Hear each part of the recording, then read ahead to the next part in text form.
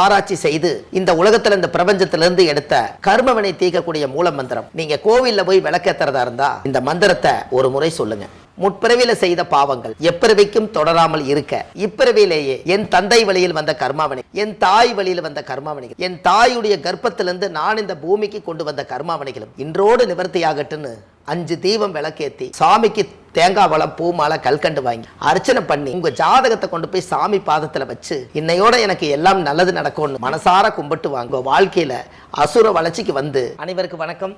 பாரம்பரிய திருவள்ளுவர் குல வம்சம் பிரசன்ன ஜோதிடர் சுபமாரிமுத்து திருப்பூர்லேருந்து இந்த பதிவு உங்களுக்காக. இப்போது உத்தர நட்சத்திரம் இல்லைங்களா? உத்தர நட்சத்திரம் உத்தரவாதம் கொடுக்காதுன்னு சொல்லுவாங்க. உத்தர நட்சத்திரம் அவ்வளவு சீக்கிரம் உத்தரவாதம் கொடுக்காதுங்களா? ஓகே. உன்னை கொடுத்தா காப்பாற்றிருமா. உத்தர நட்சத்திரத்தில் ஐயப்பன் பிறந்தாருங்க. மஞ்சமாதேவியை கல்யாணம் பண்ணிக்கிறேன்னு சொல்லி கடைசி காலத்து வரைக்கும் ஐயப்பன் இன்னும் கல்யாணம் பண்ணாமையே இருக்காருங்க. அதே கோயிலில் தான் இருக்கார். மேலே மஞ்சமாதேவி அங்கே இருக்குது, இங்கே இருக்குது. கன்னிச்சாமிகள் யார் வரலையோ அன்னைக்கு ஐயப்பன் வந்து கல்யாணம் பண்ணிக்கிறேன்னு சொன்னதுங்க. வருஷ கன்னிச்சாமி வராமல் இருப்பாங்களா? என்னங்கம்மா? வந்துடுவாங்க. வருஷ கன்னிச்சாமி மாலை போடாமல் ஐயப்பனை பார்க்காம இருப்பாங்களா? அவர் மேலே தீவிர பக்தராக இருப்பாங்க. அப்பா போட்டு போவார். பின்னாடியே அடுத்த மாதம் மகன் வந்து ஓரளவுக்கு மலை மேலே நடக்கிறக்கு ஆரம்பிச்சிச்சுன்னா கன்னிச்சாமிக்கு மாலை போட்டுருவாங்க. கடைசி வரைக்கும் கன்னிச்சாமி மாலை போட்டுக்கிட்டு வந்துட்டு இருக்கிறாங்க. இவரும் கல்யாணம் பண்ணலை. அப்போ உத்தர நட்சத்திரம் உத்தரவாதம் கொடுக்காதுங்கிறது அதுதான். நான் பண்ணிக்கிறேன்னு சொல்லல பாருங்க என்ன என்னங்கம்மா. அப்போ அவ்வளோ சீக்கிரம் உத்தர நட்சத்திரக்கார் வந்து எந்த இதுலேயுமே வந்து வாக்கு கொடுக்க மாட்டாங்களாம். அது வந்து உத்தர நட்சத்திரத்தில் யாராவது ஒருத்தர் பிறந்தால் சூரியன் திசையில் தான் பிறப்பாங்க.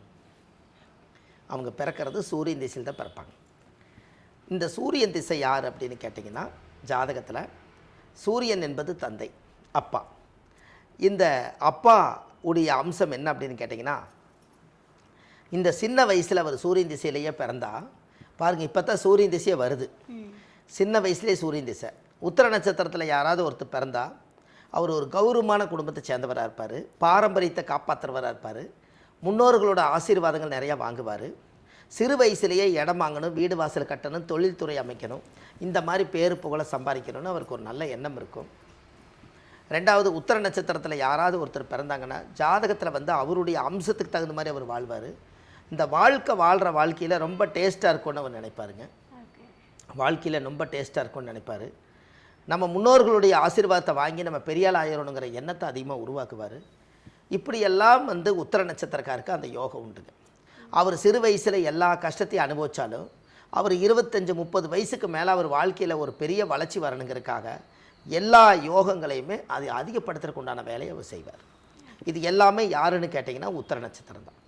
இந்த உத்தர நட்சத்திரத்தில் யார் பிறந்தாங்கன்னா சூரியனுடைய திசையில் தான் அவர் பிறப்பார். இந்த சூரியனுடைய திசை யாருன்னு கேட்டிங்கன்னா அப்பா. பிறக்கும் போதே அப்பாவோட திசையில் அவர் பிறக்கிறார். சூரியன் திசை ஒரு 6 வருஷம்னா ஒரு 3 வருஷம் தாயுடைய கர்ப்பத்தில் இருப்புன்னு வச்சுக்கோங்க. அப்போ இந்த 3 வயசு குழந்தையாக இருக்கும்போது சூரியன் திசை அப்பாவுக்கு போயிடும். அப்போ இந்த சூரியன் திசை முடிஞ்சோடனே சந்திர திசை 10 வருஷங்க. அப்போ 10 ஒரு 3 13 வயசு. தாயோட திசையும் வந்துடும். சிறு வயசுலேயே சூரியன் திசை அப்பாவோட திசை போகுது. அம்மாவோட திசை வந்து சிறு வயசுலேயே போகுது 13 வயசில். செவ்வாய் திசை வந்து கூட பிறந்ததுங்க. கூட பிறந்ததும் போகுது பாருங்கள் உத்தர நட்சத்திரம். அப்போது அடுத்தது ராகு திசை வரும்போது தான் அப்போ சூரியன் ஒரு 3, சந்திரன் ஒரு 10 13, செவ்வாய் ஒரு 7 13 7 20 வயசு வரைக்கும் தாய் தந்தை கூட பிறந்தவுடைய திசையை 20 வயசுக்குள்ளே அவர் வந்து வாழ்க்கையில் வெட்டுறாரு. அப்போ இவருக்கு ராகு திசையில் தான் கல்யாணம். 18 வருஷங்க. இப்போ 20 ஒரு 18 38 வயசுக்குள்ளே ஒருத்தர் கல்யாணம் பண்ணாமல் இருப்பாருங்களா? இன்றைக்கி ஜாதகத்தை எடுத்து பாருங்கள். அந்த உத்தர நட்சத்திரத்தில் யாரெல்லாம் பிறந்திருக்காங்களோ கிட்டத்தட்ட 100% ராகு திசையில் தான் கல்யாணம் பண்ணியிருப்பாங்க. இதெல்லாம் இந்த காலத்தில் வந்து எப்படி இந்த கால்குலேஷன் எல்லாம் இந்த கலியுகத்தில் கொண்டு வரதுன்னு தெரியாமல் இருக்கிற காலத்தில் நம்ம எந்த நட்சத்திரத்தில் பிறந்தால் எந்த திசையில் கல்யாணம் ஆகுங்கிற கான்செப்டே இந்த பதிவில் தான் முதல் முறையாக போகுதுங்க. 2025 12வது மாதம் வந்துருச்சு இல்லைங்களா? இந்த 12வது மாதம் 2025 எல்லாரும் சொல்லுவாங்க இல்லைங்களா, ஒரு திசை 10 வருஷம் வாழ்ந்துட்டு போகும்போது நல்லது செஞ்சுட்டு போகுன்னு சொல்லுவாங்க இல்லைங்க. அதுபோல் இந்த வருஷ பிறப்பு இருக்குது பாருங்க. இந்த வருஷம் முடியும் போது போகும்போது ஒரு நல்ல பதிவு கொடுத்துட்டு போகுதுங்க இந்த உலகத்துக்கு.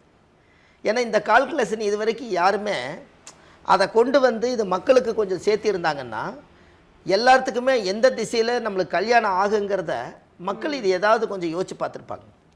இது வரைக்கும் எந்த ஒரு பதிவிலுமே இது ஒன்று மட்டும் கொண்டு வர முடியல. காரணம் என்னென்னா அந்த கால்குலேஷன் தெரியணுமில்ல. அந்த கால்குலேஷன் தெரிஞ்சு அதை பதிவில் கொண்டு வந்து கரெக்டாக ஒப்படைச்சு மக்களுக்கு இது சரியாக இருக்குதான்னு செக் பண்ணி பார்க்குற அளவுக்கு நீங்கள் முதலே ஆரம்பத்திலேருந்தே இதனுடைய ஜோதிடத்தினுடைய சூட்சம படிப்பை படித்து எல்லா மக்களுக்குமே நிறையா மக்களுக்கு கொடுத்துட்டா இனி வரும் தலைமுறைகளுக்கு அந்த உத்திர நட்சத்திரம்னு ஒன்று எடுத்துட்டாலே அவருக்கு ராகு திசையில் தான் கல்யாணங்கிறத அவரே முடிவு பண்ணிக்குவார் இல்லைங்களா? என்னங்கம்மா? அது இன்றைக்கி தெரியாமையே போயிடுச்சு இல்லைங்களா? அப்போ இது ஜாதகத்தில் நம்மளுடைய அப்போ கரெக்டாக ராகு திசை 18 வருஷம். அப்போ 20 ஒரு 18 38 ராகு, குரு ஒரு 16ங்க. 38 ஒரு 16 54. 54 வயசுங்கும் போது குரு வந்துடுறாரு, கிடையாதுங்களா? ராகு முடிஞ்சு குரு வந்துடுறாரு. அப்போ இவருக்கு சனி 19 வருஷம், அவர் தான் ரிட்டையர்டு. என்னங்கம்மா? சனி திசையில் அவர் ரிட்டையர்டுங்க. இங்கே என்ன திசையில் ஆரம்பித்தாருங்க? சூரியன் திசையில். உத்தர நட்சத்திரத்துக்கு சூரியன் திசையில் ஆரம்பித்தார். ரிட்டையர்டு வயசு வந்து சனி திசையில். அப்போ சூரியன்னா அப்பா, சனினா மகன். இங்கே அப்பா திசையில் ஆரம்பித்து மகன் திசையில் முடிக்கிறார், வாரிசு திசையில். என்னங்கம்மா? இதெல்லாம் நம்ம இதுக்குள்ளே இருக்குது பாருங்களேன். சூரியனா அப்பாங்கிறோம், சனினா மகனுங்கிறோம். அப்பனோட திசையில் ஆரம்பித்து மகனோட திசையில் அவரோட ரிட்டையர்டு வயசு முடியுது பாருங்கன்னு இப்படி வருது. அதனால தான் அந்த காலத்திலேயே அப்பாவுக்கு புத்தி சொல்ல ஒரு ஆண்மகன் பிறப்பான்ங்கிற மாதிரி இதுலேயே வருதுங்களே. அப்பா திசையில் ஆரம்பித்து மகன் திசையில் முடிவே வருதே. ஏன்னா இந்த ரிட்டையர்டு வயசு 60 வயசுக்கு மேலே கிடைக்கிற திசை தான் சனி திசை. அப்போ இவருக்கு இந்த சனி மகா திசை இவருடைய வாழ்க்கையில் இடம் தடம் வீடு வாசல் சொத்து சொகை எல்லாம் தேடி குழந்தைகள், இவருக்கு பிறக்கிற குழந்தைகள் எல்லாம் 2-3 குழந்தைகள் பிறக்கும். அந்த குழந்தைகள் எல்லாம் படிக்க வச்சு அவங்களுக்கெல்லாம் கல்யாணம் பண்ணி வச்சு எல்லாம் கடைசியில் பணம் காசு வீடு வாசல் சொத்தெல்லாம் அவங்கவுங்களுக்கு கொடுத்து போட்டு கடைசியாக அவர் வந்து ரிட்டையர்டு வயசு முடிக்கும் போது அவருக்கு சனி மகா திசையில் வந்து முடிப்பார். அந்த 60 65 70 வயசுக்கு மேலே அவரால் ஒன்றும் பண்ண முடியாதுங்க. இந்த 70க்கு மேலே உடம்பு ஒத்துழைக்காது. என்னமோ இருக்கிறத வச்சு சாப்பிடுவோம், இருக்கிறத காப்பாற்றி வைப்போம், வாழ்க்கையில் ஒரு மாற்றங்கள் பிறக்கட்டும், இப்படியே காலங்கள் அவருக்கு போயிடும். அப்போ ஜாதகத்தில் வந்து முன்னோர்களுடைய வம்சாவளியில் இந்த கர்மாவை எல்லாம் கழிக்கிறதுக்கு தான் இந்த உத்திர நட்சத்திரத்தில் பிறப்பாங்க. இந்த உத்திர நட்சத்திரத்தில் நீங்கள் பிறந்த உடனே ஜாதக ரீதியாகவே நம்ம முன்னோர்களுக்கு என்னெல்லாம் பிடிக்குமோ அதெல்லாம் அவர் செய்துட்ருப்பார். அப்போ இந்த ஜாதகத்துக்கு அடிப்படையாக வச்சு பார்த்தா இந்த உத்திர நட்சத்திரத்தில் சூரியன் திசையில் பிறந்து அந்த 6 வருஷத்துலேருந்து 60 வயசு வரைக்கும் அவர் வாழ்க்கையில் பெரிய அளவுக்கு முன்னுக்கு வரணும், சமுதாயத்தில் பேர் புகழை சம்பாதிக்கணும், சூரியன்னா அரசாங்க உத்தியோகங்கள் கிடைக்கணும், வாடகை வாங்கி சாப்பிடணும், அப்பார்ட்மெண்ட்டு கட்டி விடணும், மலை மேலே வீடு கட்டணும். இந்த எண்ணமெல்லாம் உத்திரம் யோசிக்கும். என்னங்கம்மா? முருகனுடைய ஐயப்பனுடையது. ஆமாங்க, ஐயப்பன் வந்து மலை மேலே யோசிக்கும். அது உயர்ந்த எண்ணம் தானே உங்களுக்கு, அது என்னங்கம்மா? அந்த உயர்ந்த எண்ணம் இருக்கிறனால அந்த வேலை செய்யும். அப்போ அது சாதகத்தில் பாருங்கள், அதனுடைய கர்மா அது எப்படி இருந்தாலும் இழுத்துட்டு போய் கண்டு போய் உயர்ந்த இடத்துல விட்டு. ஏன்னா இருக்கிற திசையிலேயே சூரியன் திசை தான் பெரிய திசை. இந்த உலகத்தில் சூரியன் இல்லைன்னா இந்த பிம்ப ஒளி இல்லைங்க. கண்டிப்பாக. அப்போ காலையில் ஒரு தாவரம் வந்து மலரணுங்கன்னா, ஒரு தாவரம் வந்து காலையில் மலருன்னா கூட இந்த சூரியனுடைய ஒளி பட்டாத்தான் தாவரம் மலருது. அதனால தான் வீட்டில் வந்து என்னதான் இருந்தாலும் வீட்டில் ஒரு அப்பாங்கிறது ஒருத்தர் இருந்தால் தான் அந்த இடம் வெளிச்சத்துக்கு வருங்க. அப்பாவோட அருமை அவர் அப்பாவானதானது அவருக்கு தெரியும். என்னங்க, நம்மளோட வாரிசுக்கு இருப்பாங்க இல்லைங்களா, வாரிசுக்கு அப்பாப்பட்ட கஷ்டம் தெரியாதுல்ல. அப்போ அப்பாவோட அருமை அவர் அப்பாவானா தானே தெரியுங்கன்னு. கண்டிப்பாக. அவர் கல்யாணம் ஆகி அவருக்கு ஒரு குழந்தை பிறந்த இவர் அப்பாவாயிருவார். அப்போ நான் கஷ்டப்படுறத அவர் கஷ்டப்படும் போது அவர் நினைப்பாரா, அப்போ நம்ம இவ்வளோ கஷ்டப்படுறோமே அப்பாவானதுக்கப்புறம், அப்போ நம்ம அப்பா அப்படித்தான் நம்மளை கஷ்டப்பட்டு வளர்த்திருப்பாருன்னு அப்பாவோட அருமை அவர் அப்பாவானா தான் அவருக்கு தெரியுமா. ஓகே, என்னங்கம்மா? அப்பாவோட அருமை அப்பாவானா தான் தெரியும். வாயில் யார் வேணால் சொல்லிக்கலாங்க. ஒரு குழந்தைய படிக்க வைக்கிறதுக்கு அப்பா தேவை, அந்த குழந்தைக்கு ட்ரெஸ் வாங்கி கொடுக்குறதுக்கு அப்பா தேவை, அந்த குழந்தைக்கு டியூஷன் ஃபீஸுன்னு கட்டுறதுக்கு அப்பா தேவை, அந்த குழந்தைக்கு கீழே விழுந்துருச்சுன்னா வைத்தியம் பார்க்குறதுக்கு அப்பா தேவை, அந்த குழந்தைக்கு அம்மா கிட்ட கோவிச்சிருச்சுன்னா அப்பா கிட்ட மடியில் வந்து பிடிக்கிறதுக்கு அப்பா தேவை. என்னங்க, உறவு பாசம் பட்டுதல் எதுவுமே இல்லைன்னா அப்பா தேவை. தோளுக்கு மேலே வளர்ந்ததுக்கப்புறம் 2 ஃப்ரெண்ட்ஸுகளுக்குள்ளே சண்டை போட்டால் தீக்கிறதுக்கு அப்பா தேவை. தோளுக்கு மேலே வளர்ந்ததுக்கப்புறம் போய் இவர் ஏதாவது ஒரு ஏடா கூடமான ஒரு விஷயத்தை பேசிட்டாருன்னா அதை சரி பண்ணுறக்கு அப்பா தேவை. அப்புறம் அதெல்லாம் முடித்து கடைசியில் 20 வயசாகி இளமையில் அரும்பு மீசை குறும்பு உண்டாகுமா? என்னங்க? ஆமாம், அரும்பு மீசை குறும்பு உண்டாகுமா? அதை சரி பண்ணுறதுக்கு அந்த குறும்பு அடக்கிறதுக்கு அப்பா தேவை. அம்மா அப்பாவுக்குள்ளே சண்டை போட்டாலும் கூட குழந்தைக்காக வாழணுங்கிறதுக்காக அப்பா விட்டு கொடுத்து அப்பா வாழ்ந்தாகணும். அதுக்கு அப்பா தேவை. எல்லாம் பண்ணி கடைசியில் அப்பா பையனுக்கு பிடிச்ச மாதிரி வாழ்க்கையை அமைச்சு கொடுக்குறதுக்கு அப்பா தேவை. கடைசியில் எல்லாம் முடிச்சு கொண்டு போய் ஒரு தனி கொடுத்தனமாக்கி இனி உன்னிமேல் நீயே வந்து வாழ்ந்துக்கங்கிறதுக்கு அப்பா தேவை.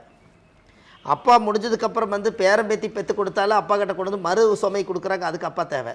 இத்தனைக்குமே அப்பா கையை பிடிச்சு நடந்தால் என்னங்க, உழைச்சதில் உள்ளங்கையில் ரேகை இல்லையா அப்பாவுக்கு? அவ்வளவு தூரம் அப்பாவுக்கு தேவைக்கும் போது அப்போ இந்த உலகத்தில் அப்பா ரொம்ப முக்கியம் இல்லைங்களா? அதானுங்கம்மா. இது எல்லாமே சுமக்கிறது அப்பா தான் வருது. இந்த அப்பாவுடைய அனுகிரகம் தான் சூரியன்னா அப்பா. அந்த உத்தர நட்சத்திரக்காக இதை நான் சொல்ல வந்தேன். இத்தனைக்கும் அப்பா வேணுங்க. அப்பா இல்லாமல் ஒரு குழந்தை வளர்ந்து அது தப்பாக போயிரும் இல்லையா? அதுக்காக அந்த காலத்தில் அப்பா புத்தி சொல்லி, நீ நம்ம மகன்ஜாமி, நம்ம அப்பா வேற காப்பாற்றணும், என்னை மாதிரி நீ வாழு, என்னை மாதிரி நீ சிங்க மாதிரி வாழலாம் அப்படின்னு சொல்லி நான் இருக்க, நீ கவலைப்படாதேன்னு ஒரு ஆண் துணிஞ்சென்னு கொடுக்குற தைரியம் அப்பா கொடுக்கறது மகனுக்கு ஒரு சார்ஜ் ஏறுன மாதிரி தானே. அதனால் அப்பா வந்து கண்டிப்பாக வேணுங்க. அப்போ அந்த சூரியனுடைய திசையில் அந்த அப்பாவுடைய அம்சம் இருந்தால் நாளைக்கு அந்த குழந்தைகள் வந்து பெருசாக வளர்ந்து இந்த சமுதாயத்துக்கு ஒரு பேர் சம்பாரித்து கொடுக்குமா. அப்போ அப்பாவோட பவர் என்னென்னா, ஒரு குழந்தை உருவாகிறதுக்கும் கூட அப்பாவோட உயிர் முதல் கொண்டு தேவை. அம்மாவுக்கு அப்பாவோட உயிர் கரு போய் அம்மா கர்ப்பத்தில் வச்சுத்தான் நீ இந்த உலகத்துக்கு வந்திருப்ப. அதனால் வந்து தோளுக்கு மேலே வளர்ந்தாலும் எதுக்கு மேலே வளர்ந்துருந்தாலும் தாய் தந்தையை மட்டும் மதிச்சிட்டாலே அந்த ஜாதகத்துக்கு சூரியன் சந்திரன் வேலை செய்ய ஆரம்பிச்சிருக்கேன்னு என்னங்கம்மா. தாய் தந்தையை மதிச்சிட்டா இந்த 2 பேர்த்துக்கு நீங்கள் எதிரியாகக்கூடாதுன்னு ஜாதகம் சொல்லுது. சூரியனா அப்பா, சந்திரனா அம்மா. காலையில் பகல் பூரா சூரிய ஒளியில் வாழ்கிற, இரவில் சந்திர ஒளியில் வாழ்கிற. இந்த 2 ஒளிக்கு நீ எதிரியாக இருந்து எப்போ நீ வாழ போகிற? என்னங்கம்மா, இது ஏதாவது மாற்று கருத்து இருக்குதுங்களா? மீதி இருக்கிற கிரகங்கள் எல்லாம் கண்ணுக்கு தெரியாமல் ஒளி வருது. அதனால் அப்பாவுடைய அம்சம் இது ஒரு தப்பாக இல்லாமல் வாழ்கிறதுக்கு அப்பாவோட அருமை வேணும் இல்லைங்களா? அப்பான்னு சொன்னங்காட்டி இஷ்டியே வருது இல்லைங்களாம்மா? பரவாயில்ல. இது மாதிரி நிறைய சொல்லுவோம். இருந்தாலும் அந்த சூரியனுடைய திசையில் இந்த கணக்கு இருக்கிறனால இவருக்கு ஒரு கோயில் ஒன்று கொடுத்தோம்னா அந்த கோயிலுக்கு அவங்க போயிட்டு வந்தாங்கன்னா அவங்க ஜாதகத்தில் பிறந்த நட்சத்திர தோஷம் நிவர்த்தி ஆயிரும். வாழ்க்கையில் ஒரு மறுமலர்ச்சி ஏற்படும். ஒரு மிகப்பெரிய மாற்றத்தை உருவாக்குவார். வாழ்க்கையில் ஒரு நல்ல மாற்றங்கள் வரும். அது எல்லாம் கண்டிப்பாக பார்க்கலாம். உத்தர நட்சத்திரக்காரர் உத்தரவாதம் கொடுக்க மாட்டார். அப்படி உத்தரவாதம் கொடுத்தா கண்டிப்பாக காப்பாற்றுவார்னு சொல்லி உத்தர நட்சத்திரம் என்றைக்குமே புனிதமான நட்சத்திரங்க. ஓகே, சூப்பர் ஐயா. அதாவது வந்து ஒரு தாய் தந்தையுடைய அருமைகளை வந்து ரொம்ப அழகாக எடுத்து சொல்லியிருக்கீங்க. ஒரு சிம்பிளான ஒரு எடுத்துக்காட்டு ஒன்று சொன்னீங்க. சூரியனும் சந்திரனும் இல்லைன்னா இந்த உலகத்துக்கு சூரிய ஒளி. ஆமாம், அப்பாவை மதிக்கிறதுக்கு ஒரு அடையாளம். சூரிய ஒளி வந்து சூரிய ஒளியில் அப்பாவோட ஒளியில் நீ வாழ்கிற, பகலில் அப்பாவோட ஒளியில் வாழ்கிற, இரவில் அம்மாவோட ஒளியில் வாழ்கிற. இந்த 2 ஒளியும் இல்லாமல் பிரபஞ்சத்தை எதுக்க யாரால முடியாது. ஆமாம், கண்டிப்பாக. எப்படி ஒரு அழகான விளக்கத்தை கொடுத்து வந்து பார்த்துக்கிட்டு இருக்கக்கூடிய உத்திர நட்சத்திரக்காரர்களுக்கு வந்து ஒரு தெளிவான விளக்கத்தை கொடுத்துருக்கீங்க. இனிமேல் வந்து அவங்க வந்து அம்மா அப்பா வந்து ரொம்ப கேரிங்காக பார்த்துப்பாங்க அப்படின்ட்டு நானும் நம்புகிறேன். அடுத்த நட்சத்திரக்காரங்களுக்கு அவங்கக்கிட்ட நிறைய விஷயங்களை கேட்டு தெரிஞ்சுக்கிறேன். நன்றி. சரிம்மா, ரொம்ப நன்றிம்மா. வணக்கம். உத்திர நட்சத்திரம் ஐயா, இந்த உத்திர நட்சத்திரத்துக்கு நீங்கள் பலன்கள்லாம் சொல்லிட்டீங்க. ஸோ பிரச்சனைகள்லேருந்து விடுபடணும்னா கோவிலை போய் வழிபட்டுட்டு வாங்கன்னு சொன்னீங்க. நான் எந்த கோவில் நம்ம இன்னும் சொல்லலை, சஸ்பென்ஸாக வச்சுருக்கீங்க. சரி, ஓகே. இவங்க போய் வழிபட்டுட்டு வரக்கூடிய அந்த கோவில் எது? சரி, ரொம்ப சந்தோஷம். இந்த உத்திர நட்சத்திரம் உத்தரவாதம் கொடுக்காதுன்னு சொன்னேன் இல்லைங்களா? அப்பேற்பட்டவரே இந்த கோயிலுக்கு போயிட்டு வந்தால் உத்தரவாதம் கொடுப்பார். அப்பேற்பட்ட பவர் வந்து ஜாதகத்தில் இருக்குதுங்க. இதில் மெயினாக என்னென்னு கேட்டிங்கன்னா, உத்திர நட்சத்திரத்தில் பிறந்துக்கிறவங்க உத்திர நட்சத்திர கோயிலே ஒன்று தமிழ்நாட்டுக்குள்ளே ரகசியமாக இருக்குதுங்க. இந்த கோவிலுக்கு போயிட்டு வந்தால் அவங்களுக்கு உத்திர நட்சத்திர தோஷம் நிவர்த்தியாகும். அது என்னன்னு கேட்டிங்கன்னா, திருச்சி மாவட்டம் லால்குடி பக்கத்தில் இடையாற்று மங்கலம், அதாவது திருச்சி பக்கத்தில் லால்குடி பக்கத்தில் இடையாற்று மங்கலம்ங்கிற ஊரில் மங்கள ஈஸ்வரர்னு ஒரு கோயில் இருக்குது. அந்த கோயிலில் போய் சாமிக்கு தேங்காய் பழம் பூமாலை கல்கண்டு வாங்கி அர்ச்சனை பண்ணி அந்த கோயிலில் போய் சாயம்பட்டு வந்தால் உங்கள் வாழ்க்கையில் பட்ட கஷ்டமெல்லாம் தீர்ந்து வாழ்க்கையில் ஒரு நல்லதே நடக்குங்க. இதை செஞ்சுட்டு வாங்க. வாழ்க்கையில் பெரிய முன்னேற்றங்கள்.